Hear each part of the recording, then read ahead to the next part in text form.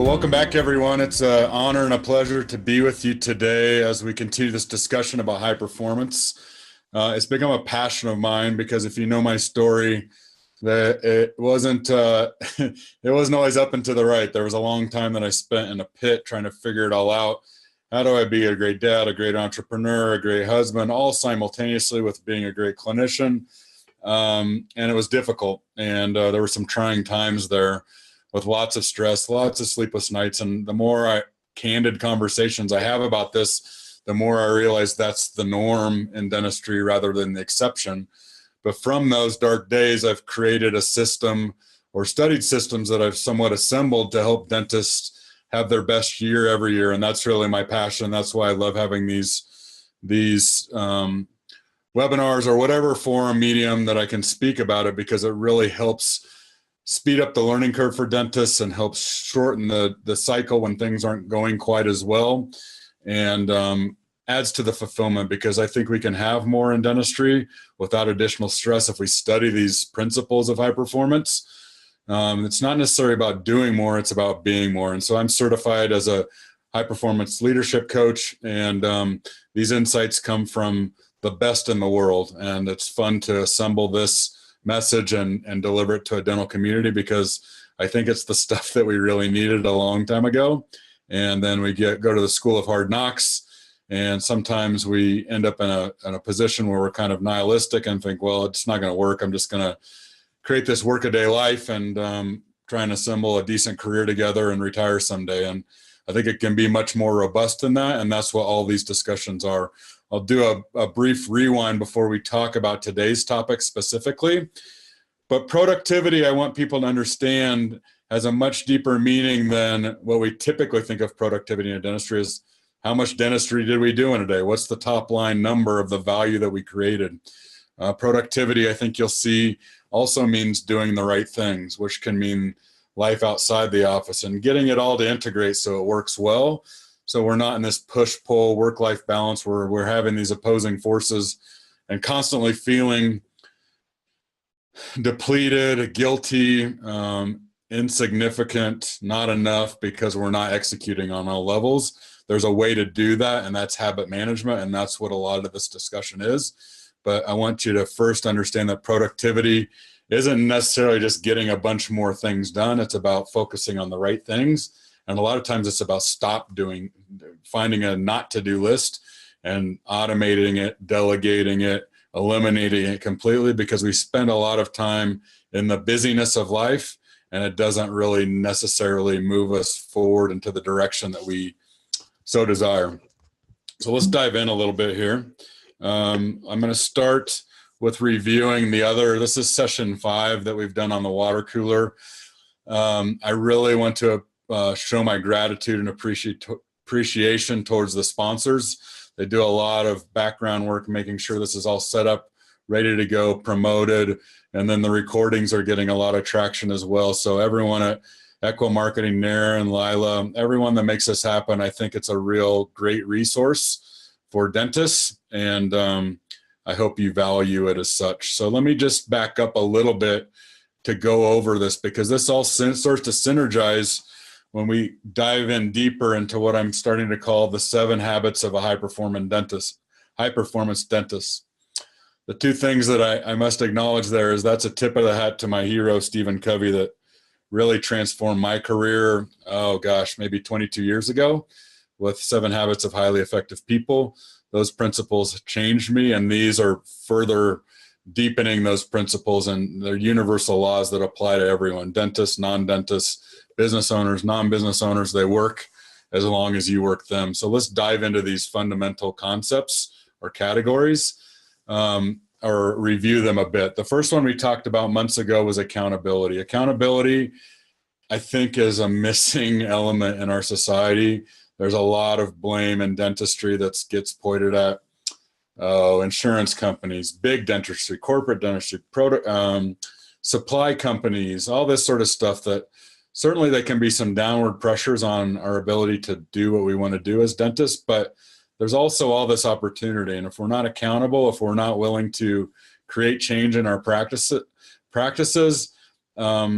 that can be an exercise for us in frustration. But if we take the ownership, and the saying I like to say that is fully accountable is that my practice is not limited by its opportunity, it's limited by its leader. That's me in my practice, and that might be you in your practice. And the more we own that, the more we can induce change and really get to the root cause of why are these patients showing up this way? Why are they frustrated? Why are the team members showing up this way? Did I hire the right people? Did I train them properly? That's all a foundation of accountability. And if we're going to be great leaders, we first have to realize that our name's on the door, our name's on the note in that practice, and the buck stops with us. And that's accountability.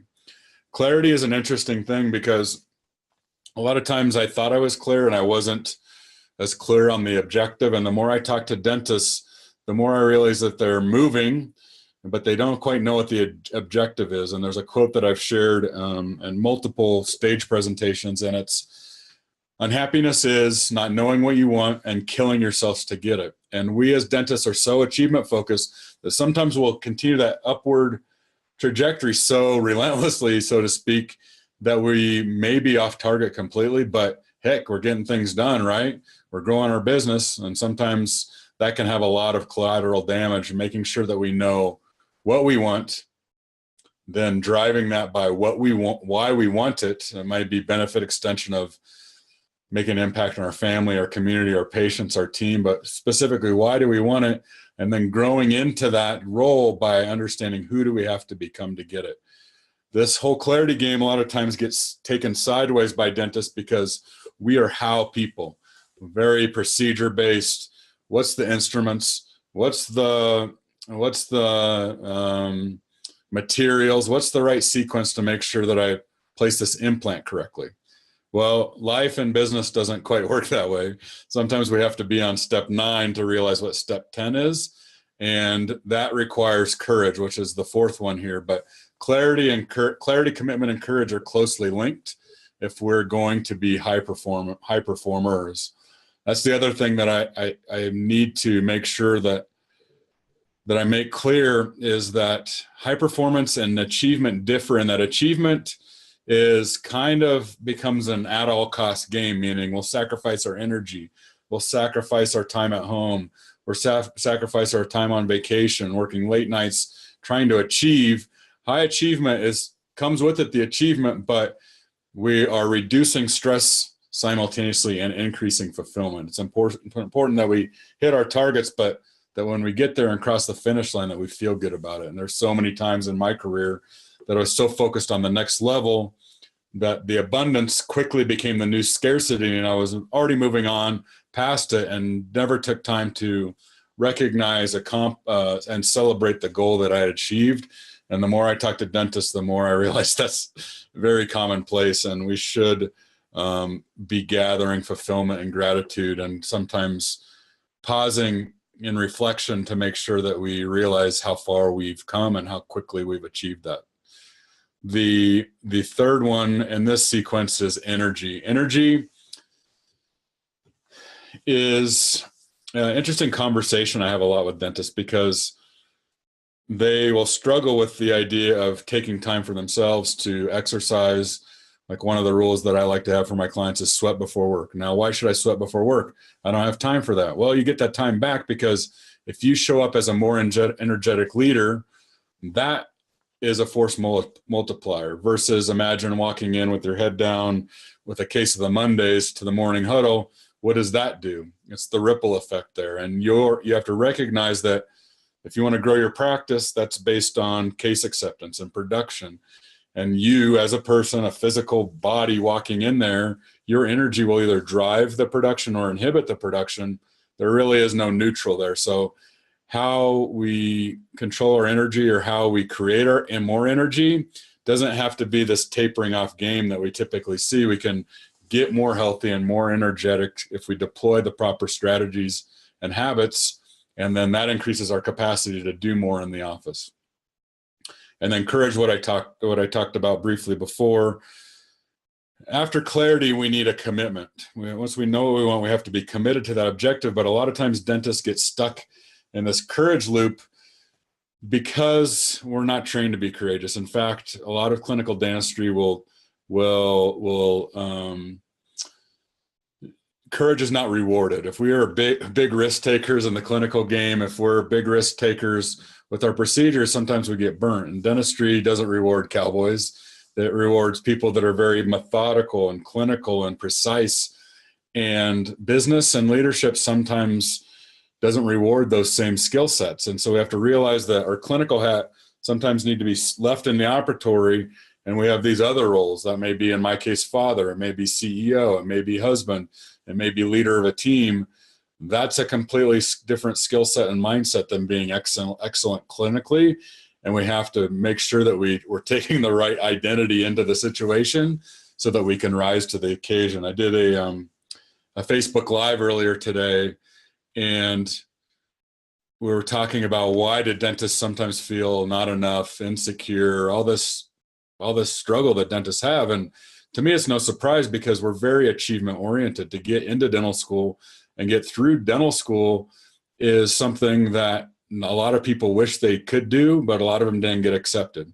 And so to get that dental license, we've had to have this, like, I expect a lot of myself. And so nobody I know wants to have a mediocre office or be a mediocre spouse or be a mediocre parent or be a mediocre leader. So we have this big expectation, but we don't know how to fill in the gap with a capability. And that always takes courage, because to get to confidence, we have to push through the courage, the messiness of courage, and get to capability.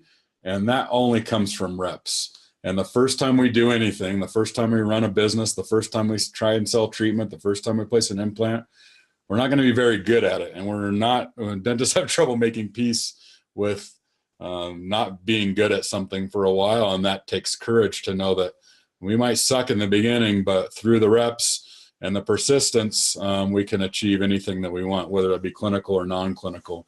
But I just see this courage thing getting dentists tripped up when they know they should make a business decision, a hiring decision, a firing decision, and they just ruminate for weeks and months over it. And when I press on them and say, like, this needs to be done, right? Yeah. The courage is the card that needs to be played to reach the objective. And then by then it's a clearly calculated risk, which minimizes the risk and the damage that's likely. And they end up growing their practice faster than ever if they know when the right time to be courageous. So that builds us into the fifth habit of a high performance dentist, which is productivity. And I'll give you kind of some new ideas and meaning, some things that took me a while to figure out, because listen, I grew up on a farm. Work ethic was the number one most rewarded thing. And so if you had a hobby, if you weren't sun up till sundown, you were apathetic, you were lazy. And so I was of the scripting of, if I'm moving around a lot, if I'm busy, it must equal business. And that's not true at all. I get more done in 12 days of work in the dental office now than I used to in 20. That's a productivity number. And I'll show you how we can get through that, but it requires some mind shifts and thinking and doing things in a way, in a manner that most people aren't willing to do. It's what I tell my clients all the time. If you want what others don't have, you have to be willing to do what others won't do. And sometimes if we get stuck in the mediocrity of typical thinking, we stay stuck in an average practice, taking advice from average people. If you want exceptional, if you want high performance, you just have to do things differently. And that's what we'll talk and build out in this discussion that we're having today. This is a diagram that I kind of swiped from a very astute positive psychologist. So positive psychology for a long time just studied pathology. And then we started studying, like, what do happy people do? What do high success people do? What do fulfilled people do? And so his name's Tal Ben-Shahar, and he has different titles here, but this works a lot better for me in coaching dentists. But where I find most achieving dentists is down here, down to the right, where they're pushing purpose so much that sometimes they get lost of why they're doing it all. And they don't take any time to stop and smell the roses, so to speak.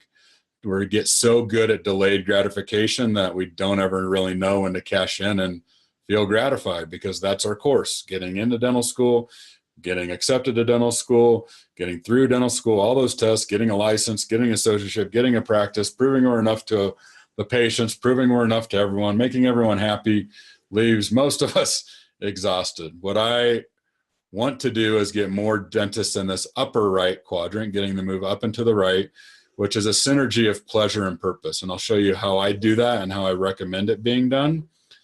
There's a whole nother group of dentists that I consider entitled, meaning, okay, I got a dental license now. Surely I'll get this dollar figure every quarter or every year, and I'll get this many days off and this many benefits.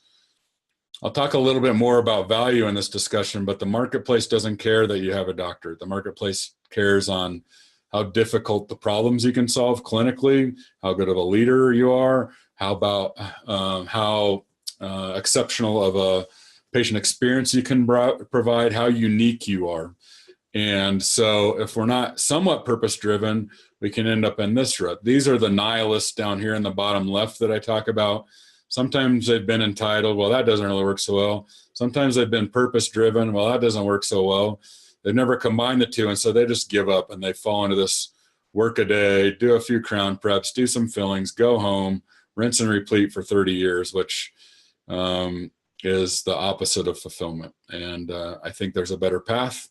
And everything that I coach, everything that I speak on from stage, everything that I've included in our book, Titans of Dentistry, everything that I talk about in the podcast is really a driver to get people here. And I call that best year every year. And we'll build out this productivity piece and what it means to do the right things and not just be busy, busy, busy.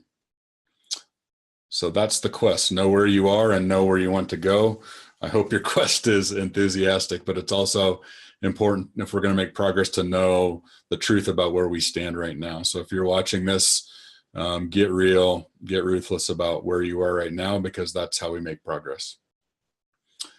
So I talked to you a little bit before about it being really important that I learn from the best, and a lot of the things that I teach are deep-seated research, not by me. It works across the board: dentists, non-dentists, CEO, Hollywood, anyone that wants to be a high performer, this stuff works. And a lot of the research comes from this man and his organizations, Brendan Burchard.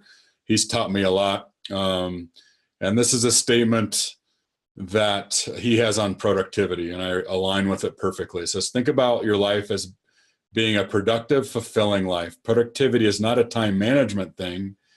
It's a purpose thing. And so once we know what we want, which is the clarity and why we want it, now it becomes purpose driven.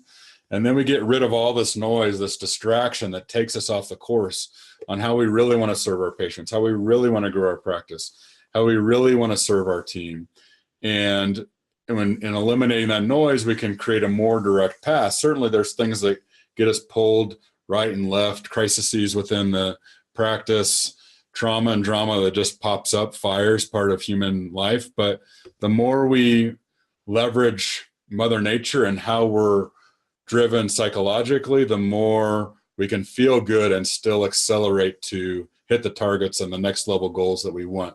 But we have to understand that it's a purpose thing. It's not just squeezing more into the hours that we have during the day or depriving ourselves of sleeps, because that is not a long-term strategy. It's a pretty good short-term strategy if you're starting a practice, if you have a newborn. Sometimes it needs that nurturing, but if you're going to do that for years, you'll burn out. And being aligned with purpose will serve you either way. But again, we have to take time to smell the roses, and I'll talk to you about how to do that and not just be building a business. Because a lot of times as high performers or achievers, we deceive ourselves as I need to work more to provide for my family, when in reality they're already provided for, and what they want now is time and attention. I joked at a meeting that never once in my career have I come home an hour early and my family said, hey, what are you doing home so early? You should have prepped another crown. So that's the reality of providing for a family. Some of it's financial, but some of it's time and attention, and there's a way to get that all to align. My other great mentor is John C. Maxwell. He's considered the authority in the world on leadership. And I just love the way he thinks about it. He comes from a very servant heart. And he says what I was explaining before, busyness does not equal business. Activity is not necessarily achievement. And sometimes in this society, we're rewarded for, oh, I'm so busy. Oh, I'm working these hours and these days. You know what impresses me? Your ability to get things done in short bursts and then take time off and recharge and make memories and take vacations and spend time with your family. And so that's productivity too. I had one of the things I've been doing for the last few years, because my parents are getting up there in age. I just last year threw my dad an 80th birthday party, and they live back in Nebraska, and they'd just be fine staying there in Omaha, but I want them to get out and see a few things. And so I've flown them to New York, to Washington, D.C., to Naples, Florida, and most recently to Nashville. And so we get to make memories with them, and they get to spend time with my son, Bennett. And it's just a real special time. It's just for 2 or 3 days, but I consider that productivity too, because, why are we doing all this? Why are we trying to be such great dentists? At the end of our days, there's a couple things that I know for sure, that we wish we would have maintained great relationships, and we wish that we would have lived a life true to ourselves, not the life that others expected to us. And so sometimes the question I get is like, what do I do with my demanding patients if I take 10 days off?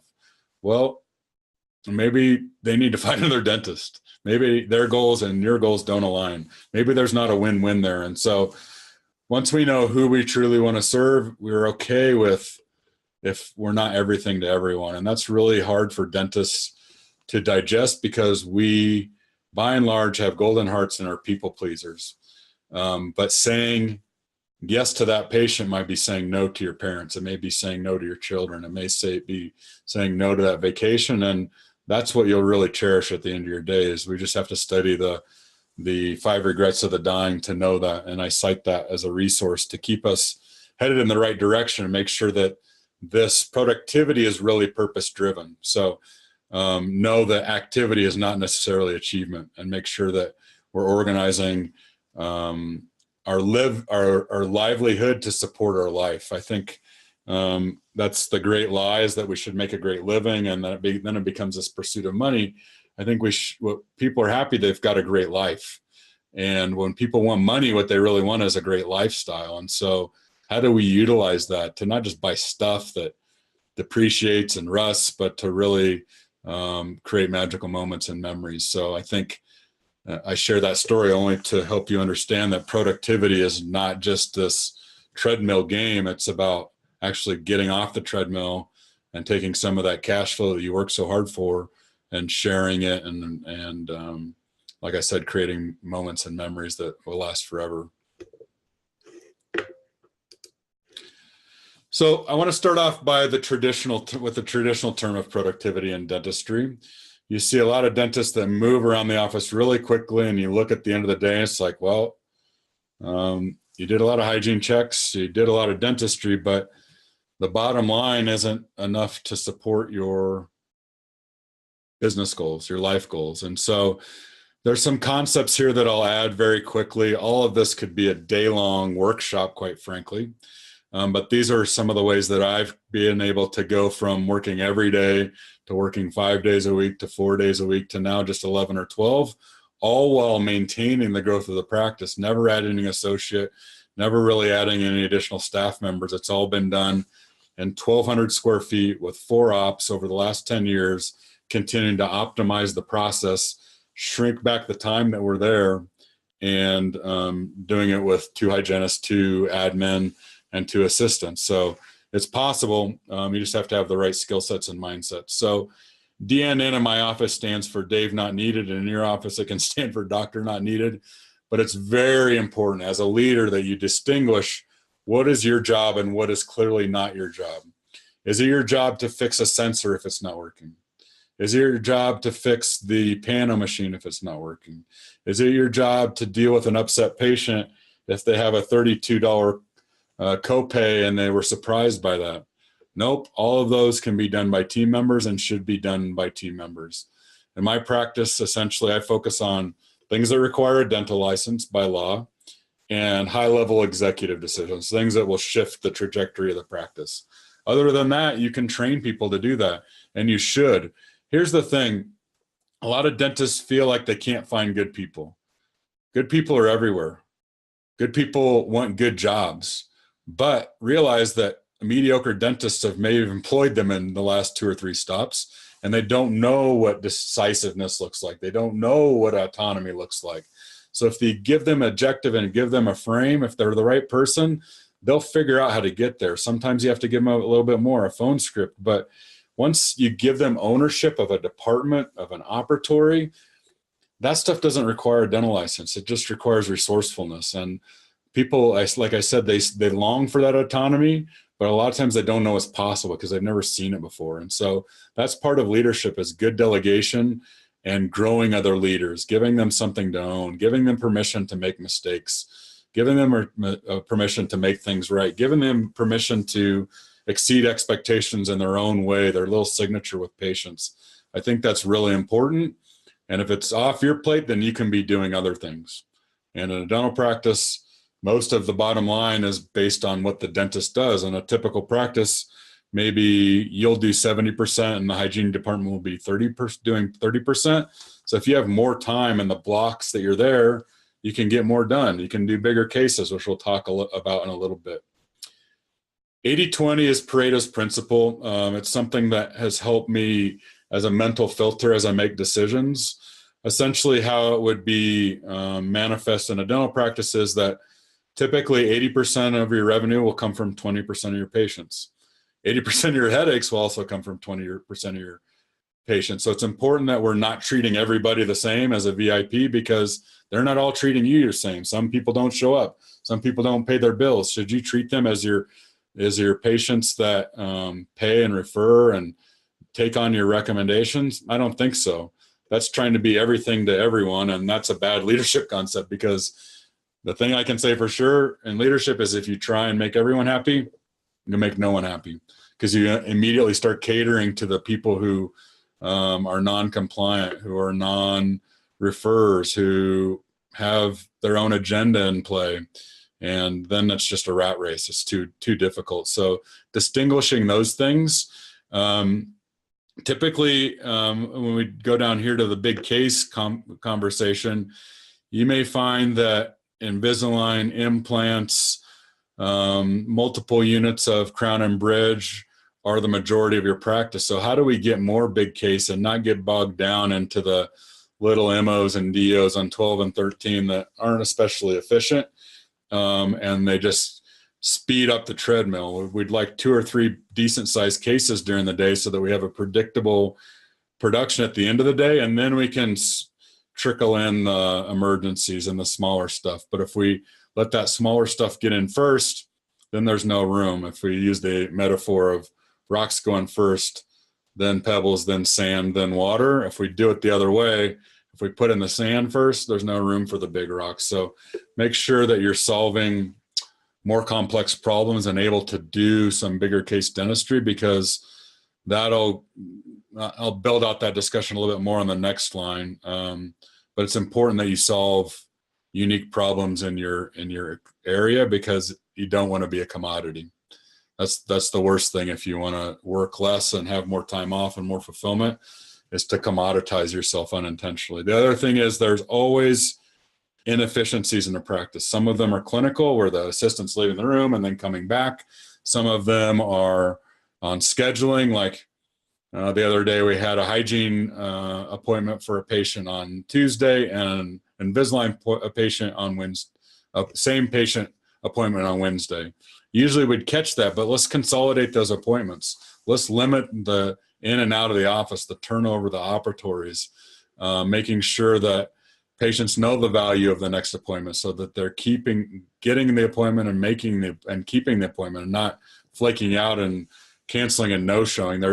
In my opinion, there's unlimited opportunity to plug holes in the bucket. There's always a way to optimize and create a next level of efficiency in a practice. If you study it and you look for those holes in the bucket, you prioritize them, and you come up with maybe a quarterly goal to plug that hole, you can do that till the end of the time. And I think a lot of dentists are too quick to add the next op, add the next practice when they haven't fully optimized or come close to fully optimizing their first practice. So good efficiency, good focus on significant cases can make you much more productive, which can make you much more profitable.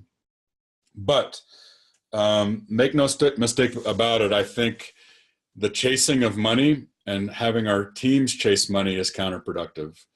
I used to be really money focused. We'd focus on a daily target, which was distilled down into a target per column. So we had 4 columns, each had its own target, which was further distilled down into an hourly target. Very clear if we accomplished it or not, but it never felt good, right? So we want to feel good when we're providing healthcare, and I didn't know a better way, but now I do. So let's talk about what is money. Money is dead presidents on green paper. It's a symbol, right? But that symbol has value, and we give it value. It's a symbol of human achievement. It's a symbol of us being able to add value to the marketplace. And let me show you a recipe for figuring out the value. Again, it's arbitrary, but it'll give you an idea of how to level up your value and how to become more productive in your practice.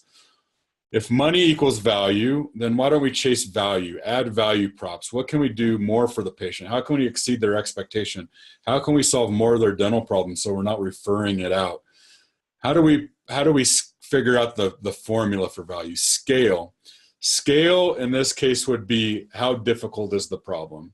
If you're doing an occlusal on 14, anyone can solve that problem. The scale is very low. If you're doing a all on 4, now that's a bigger scale. You're solving more complex problems.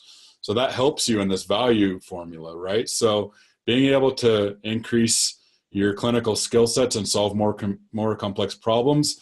Furthermore, being able to explain to people, to influence people to do the treatment, to want the treatment they need. So this is being able to provide the clinical dentistry and help people get access to that, understand why they need it.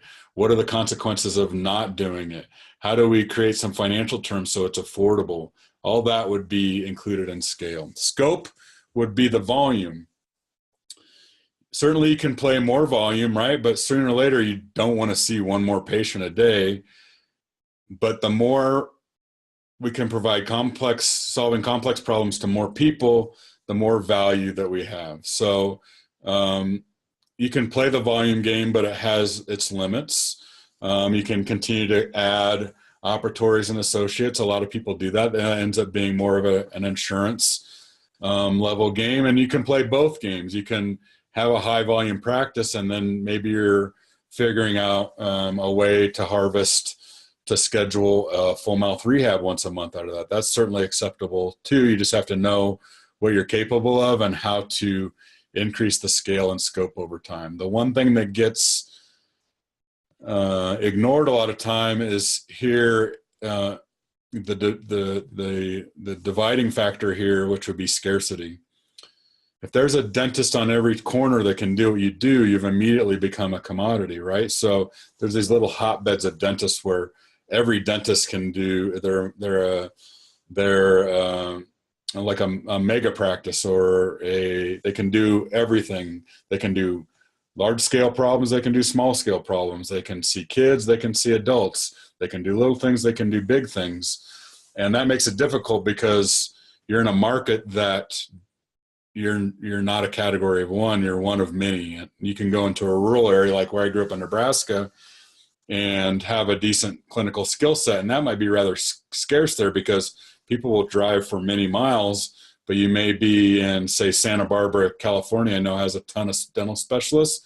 You may be very skilled, but it's almost become a commodity because it's not scarce. It's very easy. And so now we're competing on price as opposed to I'm the only practitioner in the area that can provide the solution to the problem that you have right now. So when you're thinking about increasing money, boil it all down to what it really is and find ways to increase the scale, expand the scope, the capacity of the practice, and hopefully in a market where It's not just run-of-the-mill services that you're providing. Sometimes it's worthy of movement. Other times you have to get more creative in your messaging about, because some people can do this stuff, but they don't know how to tell the marketplace. So it's like they don't do it. The phone's not ringing. So this may be a marketing challenge as well. Those 4 things I think will provide you endless insights when you really boil them down to a granular level of opportunities that you have in your practice to make it more productive. Let's extend the conversation. A lot of us, we work really hard in the practice, but we don't work hard on the business. We get lazy, say we leave it on Thursday and we kind of mentally check out till next Monday. That can take our life sideways too, because it's the same person that's running the practice and not running the practice. And if we're not making sure that we're, like I was talking about, creating moments, creating memories, make sure we're clear, make sure we have time to work on the business, that it's headed in the right direction. All that is very important. The one resource that I would highly encourage, it can really be any journal, but this journal I'm biased towards because it lines up perfectly with everything that we're talking about. It's author and creator is Brendan Burchard, who trained me in being a high performance coach. And it hits on these habits, which are scalable: clarity, energy, courage, productivity, influence, accountability, all that. And make sure you're on the right track, because sometimes we're so achievement driven that we're headed off in this direction. And 10 years later, we realize, like, that wasn't what I wanted at all. This journal is a daily check-in to make sure that you're placing the big rocks, your health, your wealth, your relationships, that those things aren't just getting sidelined indefinitely while you work on your practice, that we're making deposits in all the bank accounts, the emotional bank accounts, the leadership bank accounts, all the roles that we have, or it's quite immense as a dentist typically, and we can get sucked into these urgencies, these crises, and actually that's not where we should be spending our time at all. So some sort of a journal, some sort of reflection tool. Again, this is my favorite, the High Performance Planner. Makes it a habit that we're doing this every day, in this case twice a day. There's a morning set and an evening set, and then you can figure out your time stuff, your appointments, as a byproduct of that, as opposed to just chasing your calendar, which I think a lot of people end up doing. This makes it much more intentional. The thing I'll talk a little bit more on the next slide, but it's important to bring up on this slide, is that I used to spend a whole day a week working on my business. Because of the roles of being a good clinician are so different from being a good business owner, I needed time out of the practice to really look at the marketing, the leadership, the strategy, to make sure that was growing. And I used to do a full day. Then I went down to half a day now. Things are headed in a really good trajectory and are really fully delegated and don't require much of me. I'll spend maybe an hour or two a week on this, but when I'm doing this, I'm not in the practice. And so a lot of my clients are having success with this, but they're still going to the practice. But what happens when you go into the practice? Distractions. Yeah, your wonderful team knows you're there, and then they'll lean on you when they could probably figure out the problem themselves. Maybe it's a phone call from an antsy patient. Maybe it's some equipment issue that needs to be repaired. If you're there, they'll lean on you. If you're not there, they'll be more resourceful. Some of this is creating boundaries to make sure that you're not looking at CT scans and planning your implants when you should be working on your business, because we're naturally attracted to that to be more clinical anyway. And so environment is really important. There's a really good book that I would recommend to anyone called Willpower Doesn't Work. And it supports scientifically a lot of theories that I've had for a long time, is that willpower is this depletable resource. So think of it as you have a limited capacity at the beginning of the day, and you use willpower and it'll eventually deplete. And if you have an environment that aligns with the objective that you want, then you don't have to worry about willpower. So one example would be a non-clinical, non-business thing.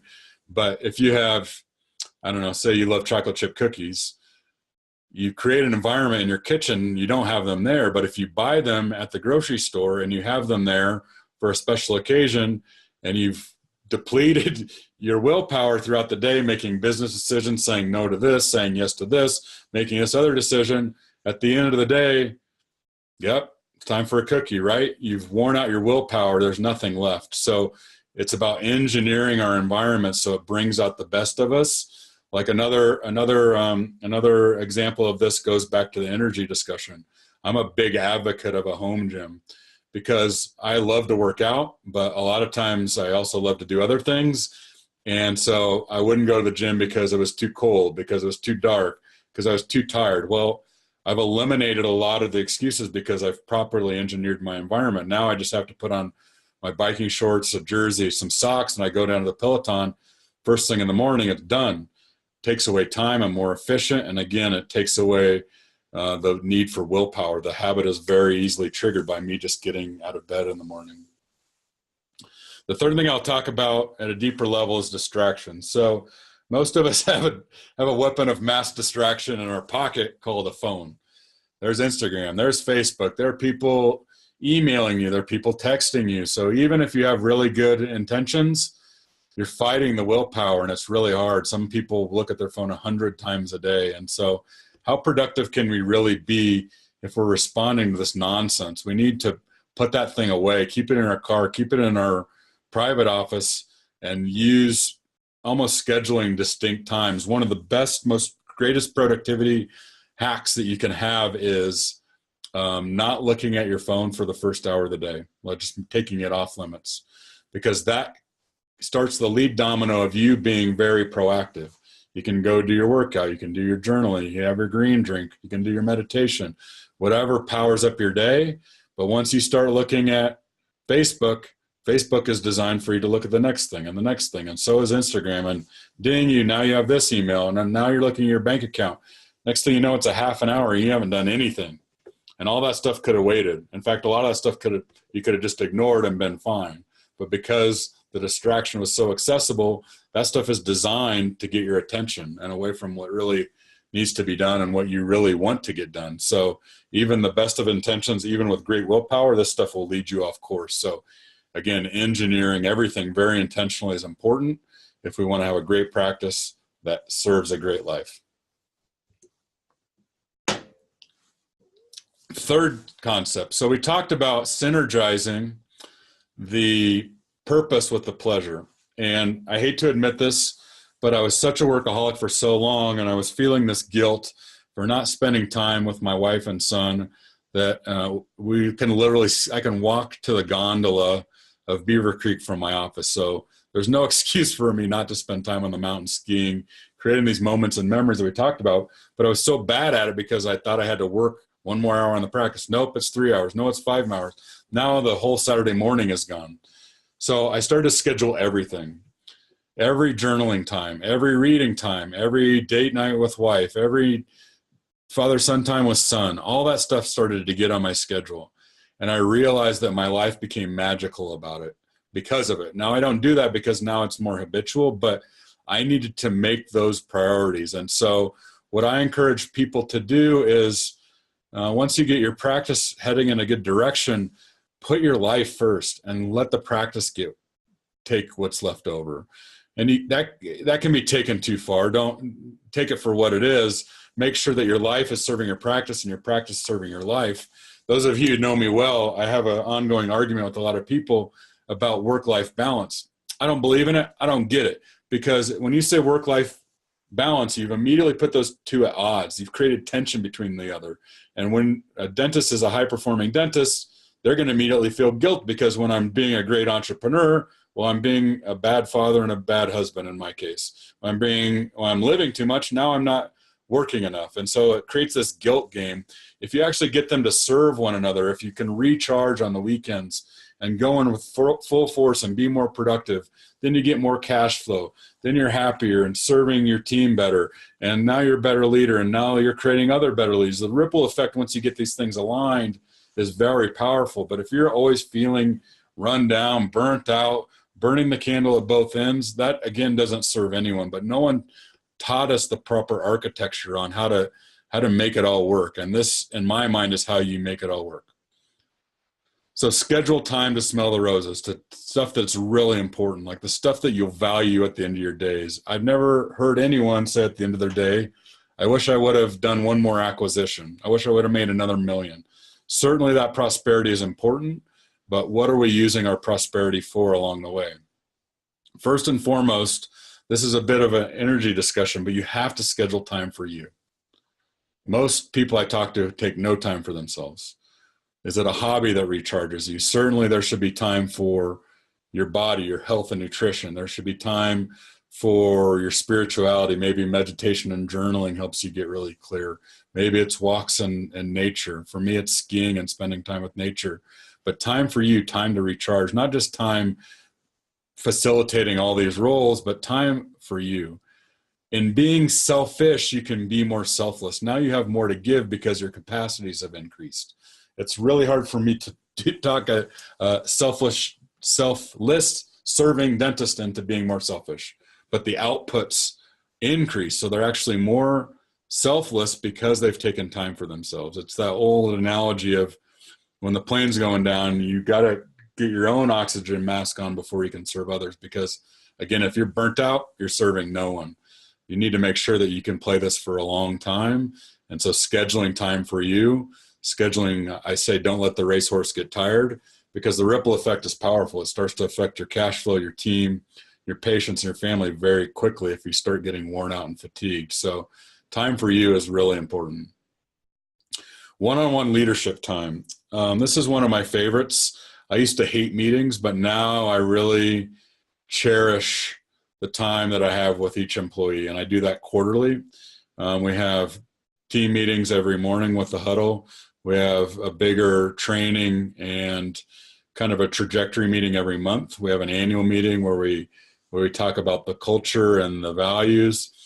But the one-on-one meetings are really important because I'm not naturally good at praising, and so it gives me time to hear them, understand what their aspirations are, what their challenges are, both in and outside the practice, how they feel about their job performance, and really give them feedback. And this used to be more of a review. It's not a review anymore. It's a peer-to-peer conversation to make sure that they have all the resources, all the training, all the equipment that they need from me, and that we're on the same page. And a lot of times, because I was ignoring this, fires would flare up in the practice, and it would kind of get gossiped around a little bit, and I wouldn't be able to solve it until it was too late. And now this helps me connect.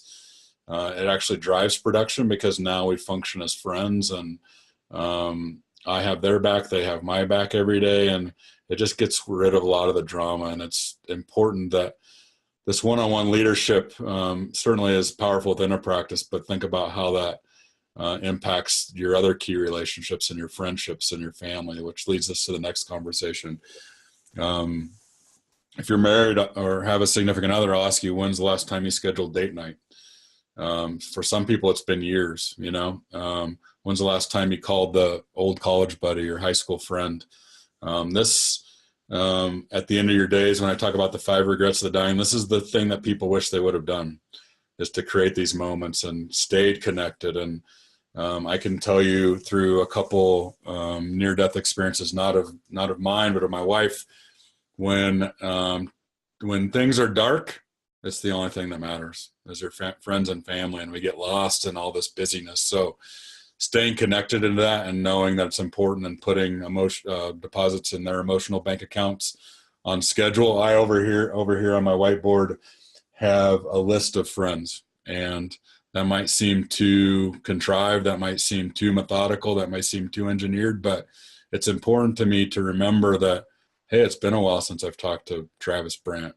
Hey, it's been a while. I want to check in and see how he's doing. Otherwise, just like the rest of you achievers, I get caught up in the busyness, and then it's been a couple years. And so that's really important stuff to schedule, because it's the stuff that's most important. And then scheduling life first. So about 3 years ago, I went from 4 days to 3 days, and I made it a commitment to only go in the office 11 or 12 days a month. And then I would take 4 to 6 vacations a year. And for some people, that's outrageous. But, I became a kind of addicted to travel when I lived in Europe, when I was stationed there with the Army. And that's how I wanted to have time with my family. And so sometimes it's just a ski day like you see here. This was a powder day on March 3rd. We just drove over to Vail and had a great time on the mountain. Other times that's getting away. We go all over the place, Hawaii, San Francisco. Sometimes it's kind of work related because I'm speaking at conferences, but we merge the two into special moments, and that's all really important. So when you start becoming profitable, what are you going to do with that? You're just going to sock it away in retirement funds? No, make sure that you have time for laughs and memories and travel and fine food and nice wine and whatever inspires you and makes you feel good, because the delayed life plan, thinking, oh, now I'm 65 and now I'm just going to chase all this stuff, is really another recipe for unfulfillment, because now you've unplugged from purpose, your work, your ability to serve and grow, and now you're just trying to cash in on the pleasure. And so what I encourage people is to keep those aligned all along. Certainly, sometimes it's difficult because you may have somebody you have to fire, which requires more of you in the practice. You might have somebody you need to train more, which requires more of you in the practice. You might have a sick family member, which requires you more outside the practice. But the more you learn to align these, the more powerful you are in all of those places. So that's why I think the discussion of productivity needs a deeper level. Again, it's not so much about getting more done. Oftentimes it's getting less done, and making sure that we're doing the right things. Because a lot of times we're very productive, but we're chasing the wrong quest. And so that's why I like this extended conversation about productivity. And please don't ever think I'm implying that you should sabotage your practice. I want everyone's practice having their best year every year, just like I want your life having your best year every year. And so this is all a bottom line strategy. The interesting thing, when I went from 4 days to 3 days, people ask me, did your production take a hit? Grew by 15%. Why? Because I was more focused, more dialed in on those days, and therefore so was the team, because they were refreshed as well. So don't think that it's all a time and effort game. A lot of times you just have to focus on the results, and we deceive ourselves because of this. We're rewarding time and effort. And when you have to get a procedure done quickly, sometimes you do it very quickly and very precisely. Think of a crown prep. You just kind of shut your mind off and go into flow. That's a result in a shortened amount of time. And when I talk about power, that's what I mean, is that if you think about the physics formula, power equals work over unit of time. So if we're getting more impact, more results in less time, it has to come from more power. And all these things are designed to do that for you. But again, you have to be very intentional. So in conclusion, it's important that us achievement-minded dentists, we're naturally wired to do, more, go. To understand that productivity isn't necessarily about doing more, it's about doing the right things, or doing the right thing in that moment in time. What is the highest and best use of your time is a question I often ask. And the other thing is that it won't just happen. It requires significant clarity and significant commitment, because there's always a distraction. And the hardest thing to do, or one of the hardest things for me to do, is that I work so hard to get these opportunities in my business. And then when they started coming fast and furious because of referrals, when my podcast started taking off and writing a book and speaking on stage and coaching and calls and this, you get so used to saying yes that now you have to realize that saying yes to this is actually saying no to that. So it becomes very important that you prioritize, because there isn't enough hours in the day. And so being strategic about saying no to the things that don't align with who you are and who you want to be and how you serve is probably the most important thing when it comes down to being very precise in our productivity and making sure we're doing the right thing. So again, I want to thank you for checking this out. It's always a pleasure to partner with Naren and Equa Marketing. They do a fantastic job serving dentists at the deepest level. And this is an extension of that. They're getting information in dentists' hands that they really need at really no charge. And so I joke with young dentists who listen to podcasts and watch these videos. I'm like, man, do you know, like, what you have at your fingertips would have cost me $60,000 when I came out of dental school? So I always honor the people that provide these resources for dentists, because they're intensely valuable and they help dentists stay on the right track and achieve their targets. If you want any more of this information, have any questions about the conversation we had today on productivity or any of the other topics that I highlighted, you can always reach out to me at dr.dave@relentlessdentist.com. I do a daily coaching video on Instagram that also get linked over to Facebook, so you can check me out there. I try and add value there. And then, of course, on the podcast, the latest kind of thing that's out into the marketplace on Kindle, in Heart and paperback, and now the last few weeks has been available on Audible, is Titans of Dentistry. I have no hesitation in promoting this book because I didn't write most of it. It's insights from really high-performing dentists on not how they do things clinically, but how do they figure it out, their business. When times were tough, how did they get through those dips? All those sorts of things, the skill sets and mindsets that set them apart. And it's not a ranking. There's incredible dentists like Dr. Pete Dawson, and there's other dentists you may have never heard of, but they've created a great lifestyle practice for themselves. And so you can get tips and hints in your journey on how they've done it so that you can, stand on the shoulder of giants, so to speak. So I encourage you to check that out. The one thing that we're doing through the water cooler here is that we're going to give away a coaching session with me, 1 hour coaching session to dive in deep into what's working for you, what's not working for you. The other thing that we'll draw for is a paperback copy of Titans of Dentistry. So make sure that when you're viewing these, first thing we'd like you to do is to tune in live, because the more interactive this is, the more value, the more I can get at the heart of your issues and your questions, so it can be customized. So in the next couple, in May and June, be checking out, I think our next session is May 7th, and that will be on influence. I hope you're there. Check that out, and then we'd like you to show up live and fill out a feedback form so that we can get better at what we're doing to serve you. It's a small ask, I think, because it's huge value. And if you are willing and able to do that, we are going to draw for a coaching session and a paperback at that June session. That's something that Lila has lined up for you.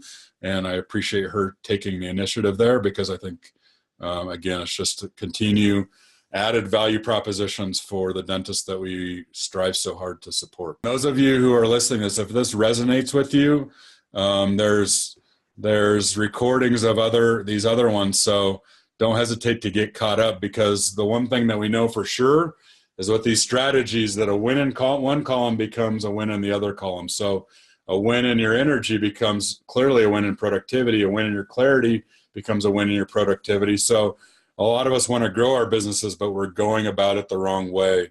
Once we start harnessing our minds and Mother Nature the way it's designed, then the rewards become very predictable without the induced stress. It's not that we're carrying it all on our back. We're able to delegate and become more productive as a byproduct of us being very laser focused and, again, becoming more over time. And that's what this all is designed to do. So again, I hope you enjoy these presentations. Don't hesitate to reach out if you have any questions or concerns that I can further help you with.